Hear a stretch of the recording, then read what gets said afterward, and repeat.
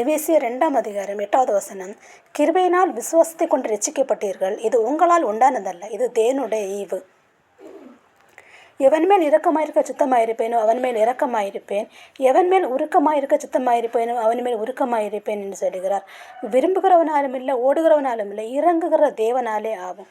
நான் விசுவசித்தேன், அதனால் ரட்சிக்கப்பட்டேன். இல்லை நான் நீதிமான், அதனால் ரட்சிக்கப்பட்டேன். இல்லை நான் பல வருடங்களால் ஆண்டவரை அறிந்திருக்கிறேன், அதனால் ரட்சிக்கப்பட்டேன் அப்படி என்று ஒருவரும் பெருமை பாராட்டாதபடிக்கு இது கர்த்தருடைய ஈவு.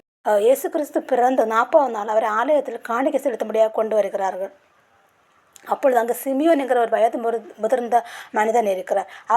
அவர் ஆண்டவராக இயேசு கிறிஸ்துவை காணுமன் மறிப்பதில்லை என்று கூறப்பட்டிருந்தது. அவர் ஆண்டவராக இயேசு கிறிஸ்துவை பார்க்கும்போது கூறுகிறார், ஆண்டவரே, என்னை நீர் சமாதானத்தோடே போக விடுகிறேன், உமது இரட்சணியத்தை என் கண் கண்டது என்று கூறுகிறார்.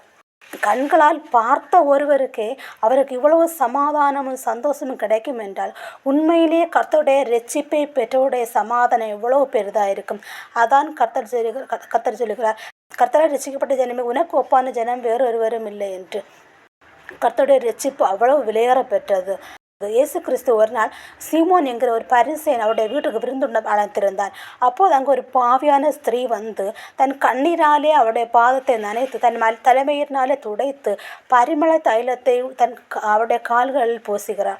அவளுடைய பேரே பாவியான ஸ்திரீ தான், எல்லாரும் ஒதுக்கப்பட்ட ஒருத்தி. அவள் கர்த்தருக்கு முன்பாக சென்று நிற்க திராணி இல்லாமல் கர்த்தருக்கு பின்னாக நின்று கொண்டு அவருடைய பாதத்தில் உட்கார்ந்து கொண்டிருக்கிறார். ஆனால் அவரை சுற்றி இருக்கிறவர்கள் அவளை குறை கூறுகிறார்.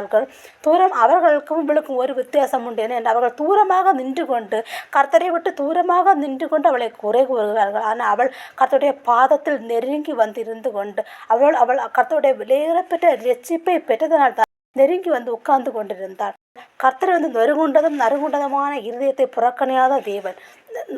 அவருக்கு அந்த நொறுங்குண்ட இதயத்தில் வருகிற பலிதான் அவருக்கு ஏற்ற அவர் விரும்புகிற பலியாக இருக்கிறது.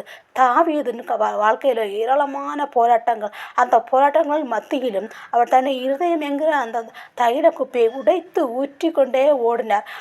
அவர் அப்படி உடைத்து ஊற்றின அந்த பலிகள் தான் நம்முடைய இடத்தில் இருக்கிற சங்கீதம் என்கிற புத்தகம்.